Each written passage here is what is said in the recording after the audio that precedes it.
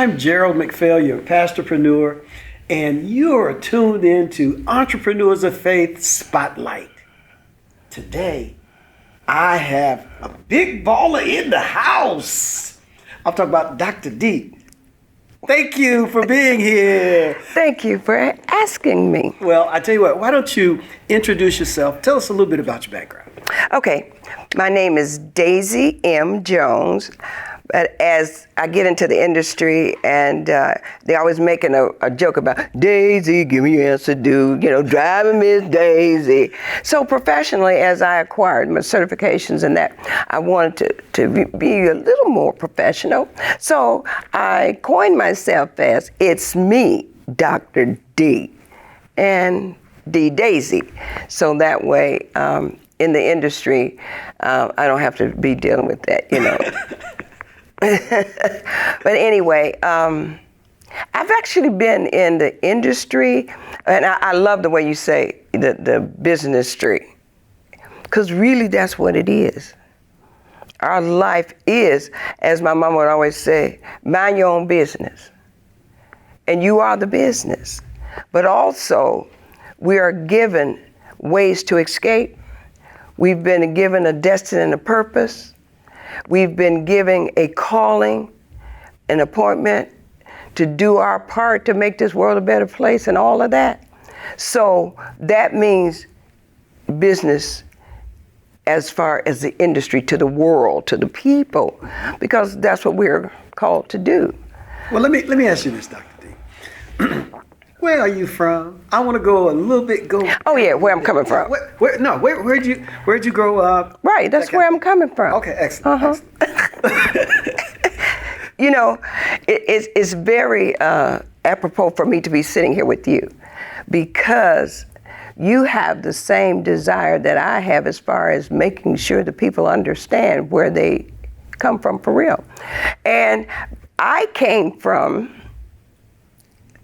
back in the day, in the 40s, I grew up outside of Birmingham, Alabama, at a little town that, and it's funny for me because I love the fact of explaining where I come from, because sometimes that really builds how we think. And so me coming from being born in the 40s in a little country town outside of Birmingham back in the you-know-what days, I grew up initially number 4 of 14. 14? Yeah. Kids? Wow. Right. But I was number 4, so I kind of, as I grew and learned, I was a migrant. Because when I was born, my dad was very outspoken back in the 40s as a man of color. So he didn't take stuff from anybody. I mean anybody. For real. Are you like your dad? Yes. But really, we were taught that, because every man got here the same way. No man was given the authority to run another man's life. So in Alabama back in the day, somebody tried to run his life, and he wasn't having it. And the shade was a little dark on his side, if you know what I'm saying. And the so-called sunshine was trying to influence him, and he wasn't having it. So he took matters into his own hands, which meant you better get to step in. So now, would you say your dad would be probably the most influential person on your life as you began to grow up and do different things? My dad and my mom. Okay. And my mom, she was the hardballer. My dad, he was a minister. So it was, love everybody, the meek and humble, and blah, blah, blah. But as I grew and thought, he wasn't so meek and humble, because he had a nickname that everybody called him, because he just didn't take stuff, right? But anyway, in the going to higher ground, heading north, back then, your safe place was Canada. But by the time we got to Ohio, my mother put her foot down and said, this is it. Why? Because I was just born in December 24th, as a matter of fact. So I was 6 weeks old when we had to eradicate the premises. So a 6-week-old riding back in the day from Birmingham, Alabama, outside, trying to get to Canada. And you know how kids have car sick? Well, I got so sick, my mama was sick of me getting sick. And said, this is it, we're not going any further, which means we ended up in Toledo, Ohio. So is that where you grew up, in high school? Right, exactly, yeah. Okay. Yeah. So that's where we landed. Well, how did you get from there here in Atlanta? Ooh, I love your mile markers. These what these are in life, right? Actually, the company I was working for, I was a trainer manager for, back in the day, the hottest discount store, Kmart, right? So they were going into the what Walmart took. They took the concept. And I came down here to open up what was called American Fair. And I was called here, assigned to train the managers how to be managers so they could train the rest of the employees and set up that shopping concept. And I was chosen to be the one to do that. Well, I'm trying to understand that journey to eventually get to what you're doing now and what kind of, even your calling, if you will. I know you're in the space, in the industry where you have had television shows and different kinds of things. What is it now, your space? Well, it's still television, and it's really teaching communities and individuals to find their place and purpose and be the best they can be. You're right. That's been the whole journey. It's when you recognize from a little small time, as a child, you can recognize and you build on that and just be cognizant of what it is you need to do. Sir Gerald, I consider it as a part of your DNA. When you're aware of your DNA, where you came from, because my grandfather actually was the first man of color on a radio station in Birmingham, Alabama, back in the 40s. So he was a trailblazer anyway. And as I grew and saw that, not only was he a media radio personality, he could sing, he had his own gospel show on Sundays. Do you sing? Yeah. Okay. He had his own gospel show. So, and now as I'm growing up and learning a lot of those gospel artists, like the Five Vine Boys, but all of those people, their first experience on radio was through my grandfather. The thing is, though, in learning, when I hear them talk about where they came from, his name never comes up. But anyway, that's a whole nother ball game. Looking for a place in Metro Atlanta to celebrate, create, and even operate your small business? Well, that place is Macphail Studios in Peachtree Corners. A lot of times you just provide the platform. So was it a certain time when you knew, like in your grandfather, you just knew that, like, I need to speak to people. I need to talk to the masses of people. Was there a time, because we're going to get to your book, when you knew you needed to speak? Well, actually, all my life, so to speak, all my life, because I was the one that would speak out. In a family of 14, well, we really grew up with 13. One of them, a twin sister, she passed when she was like As I can remember, she must have been about 2. But anyway, yeah, so it's just something in me that always had a feeling to see something, say something, just to help somebody out, except for when we got in a line to my other brothers and sisters, those of them that wouldn't fess up to what they did. Back in the day, and now they say it's illegal to whoop your children, or so to speak, but it wasn't like that. It's the perception that people make it. So if someone didn't tell the truth, you had to get in a line. And they would say, I'm going to whoop you till I get to the right one. Oh, okay, I understand. So that's me in the industry. Come on now. Don't do something that we all get punished for what you did. Stay right. Okay. So that's what caused me to want to do that, because after the lineup, whoever did it, I said, you should have, you shouldn't have done that anyway. I was the one that talked to, now why did you do that? You shouldn't have done that. And so as I grew up, I always knew, stay true and honest and that sort of thing. So nobody can take the brunt of what you did. You know what I mean? Yeah. Because you can't do that. So that's was just something always in me. You know how you were born with certain things? Yeah.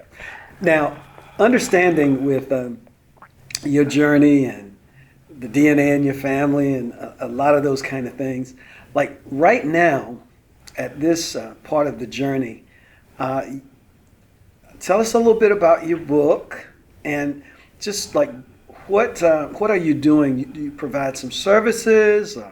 You're looking to continue doing shows? Just what's the current situation with that? Well, coming from the book, it was... what's the name of the book? It's called Life Decisions Workbook. And so it begins, because it begins with your life decisions. And it's work. You gotta work on being who you are. It's like you with this fabulous establishment. It was something in you.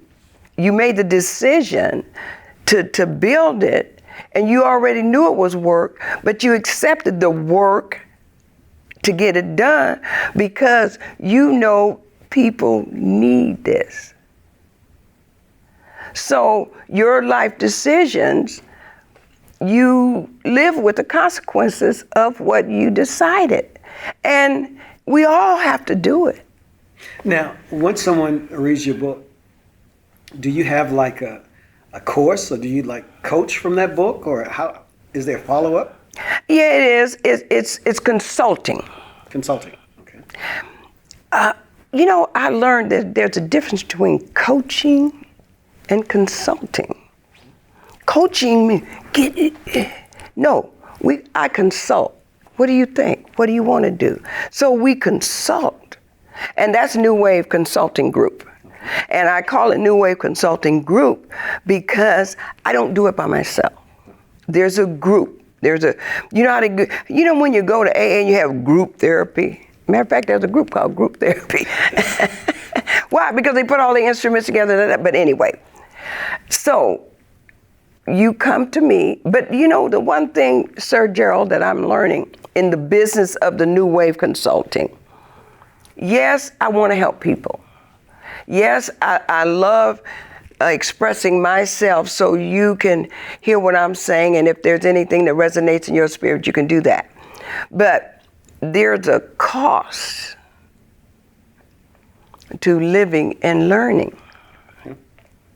So it's a business, so yes, people can set up consulting times where we get together, and of course they need to get the book as a tool. And that's what I tell people. There are tools that you buy to help you get through your journey. And there are just things you want. You want to make a difference with the idea, gifts, skills, and talents you have been given by God. But your entrepreneurial journey has been challenging and often frustrating. We invite you to be a part of the Entrepreneurs of Faith community at McPhail Studios. Contact us today and discuss how you can be supported to make the difference you were made to make. EntrepreneurSofFaith.com. So, where you provide consulting, is it primarily to entrepreneurs of faith or people with businesses or just? Well, to anybody that's breathing. Okay. Why? Because you're human, and you have to find your place.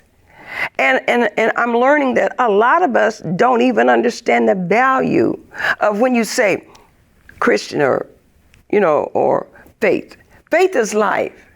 Faith isn't Christian or non-Christian or Hinduism. Faith is faith.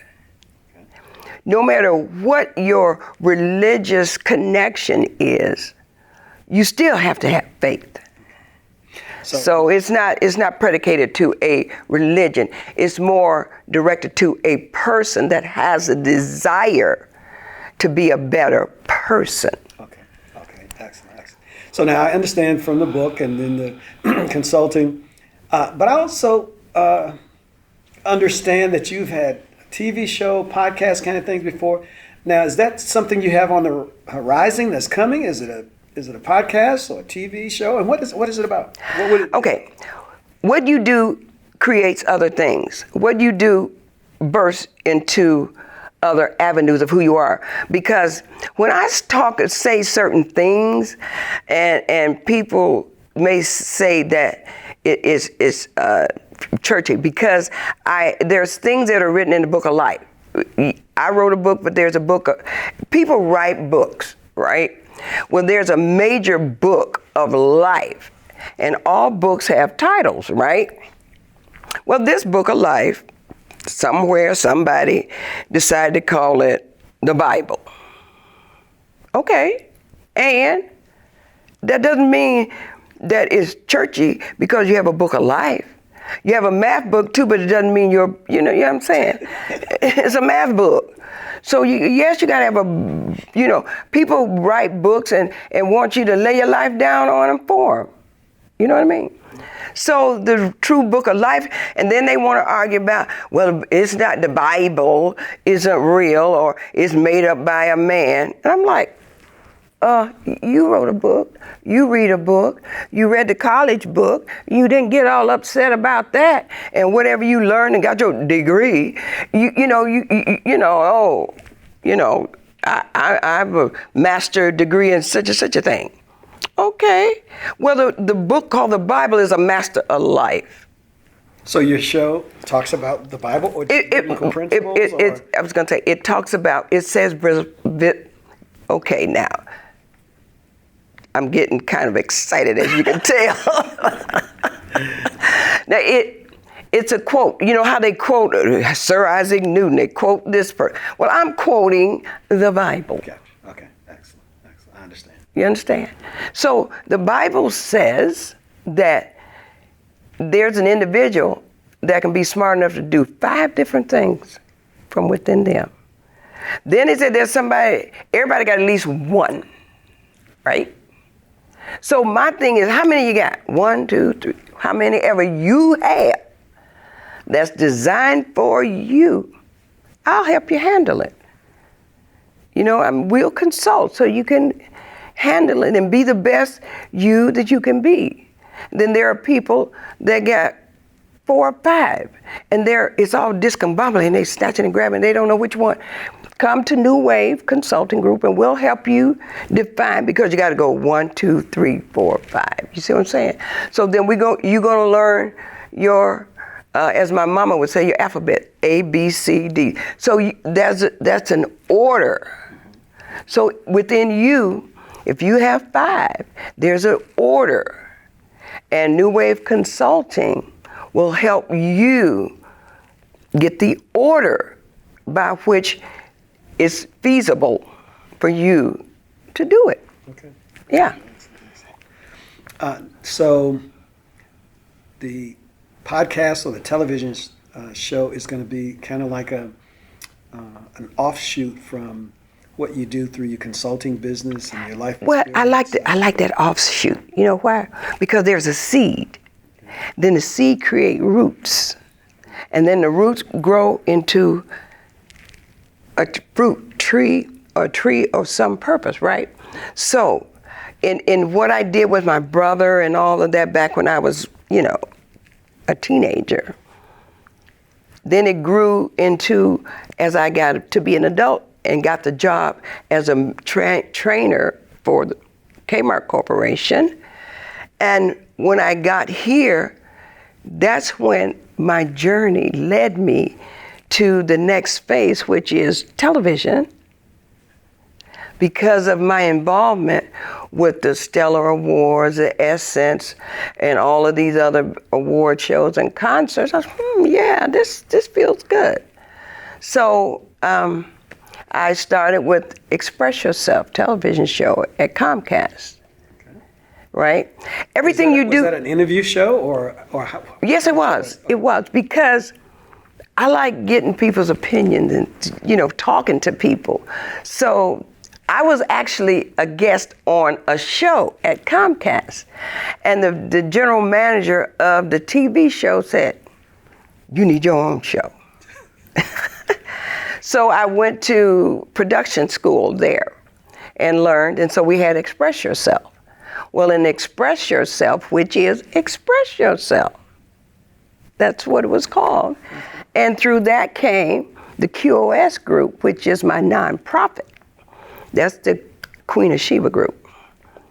And that's for teaching females that there's a difference between a female and a woman. You understand what I'm saying? Right. Because I found that as my life grew and the detriment of the world started coming to focus, and I would hear people say, "Oh, this world's getting so terrible." I'm like, humans have got to make it that way. Let me ask you this. With your TV show or some of the things that you've done, what would you say have been some of the highlights, some of the most interesting kinds of either people or things you've done through the years? Wow, how long do we have? Just pick out a couple of them. So much. Those interesting things taught me about people. Something very interesting. Yeah, I won't give any names of situations or whatever, but being a participant in one of the biggest gospel shows on television, I was always been deemed the executive in charge of talent, the celebrities and that sort of thing. Well, it dawned on me when we would come, because the group that I created for that was called God's Company, because you're in God's company when you're around other people. But anyway, let me talk fast here. Can I do two things? One is, we've been doing it for years, and we have our uniforms when we're there, so you can be recognized who you are. It's a pass, because you can be going in and out of these celebrities' rooms and stuff. So we had the sweatshirts called God's Company. Well, one year, all of the celebrities, our first year we wore them, all of the celebrities wanted one of the shirts. They wanted one of the shirts. And one of the groups, the person that was taking care of them, at the end of the stint, they took up a collection of money to get, and she was a college student. They took up a collection before they left, and they wanted to see her. Well, I thought, oh, what did she do? And it wasn't what she did. It was what she did, why they wanted to take up a love offering for her and had her standing in the midst of these awesome singers. They're still popping today, to give her a bag of money. And we were just there as servants. And another incident was someone high up in production they heard them say something ugly to me. And this person stepped up and she said, "Excuse me, I heard you say to her, I tell you what, before I go on stage, you and I are going to step outside and I'm going to dust you." Now, these are things that You had a celebrity that had your back. Yes, exactly. Okay. Big celebrity. That's pretty cool. It was, and that really was close to my heart. To whereas that made me know you're doing the right thing. Because when a big time celebrity walk past and hear somebody talk to you, the peon, and invite them outside, that's love. Amazing. Look, I tell you, as we begin to wrap down, one of the things I was thinking about is I want to make sure, because I know you have stories galore and you could share a lot of things, even through your business, your nonprofit. If someone wanted to get in contact with you, what would be the best way? What's the best source of contacting Dr. D? Well, my daughter has said I need to do Instagram, Twitter, and all those things. I have them, but I don't know how to use them yet. She says like Facebook. I'm like, okay, but anyway, right now, the best way that anybody can contact me is go to age-old Facebook and just look me up as Dr. D.E.E. Daisy M. Jones. And there's Express Yourself on Facebook, and I have the QOS group on Facebook. But that's the best contact. Yeah, that's really, I do know that DM me. Okay, excellent. Well, Dr. D, I enjoyed talking with you, and of course, I've heard some additional stories and that kind of thing. So but it's been wonderful for you to be on the show. I want to make sure before I wrap that maybe a last nugget. There are some entrepreneurs of faith that are going through their journey, and what kind of advice would you have for them, being and doing who God has called them, made them to be? Okay, key word, knowing that God has called you, because He does speak to us. He really does, because He's not going to have allowed you to take another breath and not know why you're breathing. So the thing you need to do, first of all, love yourself enough to know you can do it. Take a look in the mirror every day before you make your own decision. Ask the Creator of your breath and your life. In other words, you woke me up. Tell me what I gotta do. Because He's gonna tell you. The thing you gotta know, are you gonna do what He said? Come on. You're here to make this world a better place. You better get to stepping and do it if you're grown. And if you're not grown enough to do it, check with me. We'll help you. Life Decisions Workbook. And so it begins when you make the decision. Thank you, Dr. D. Fantastic. All right.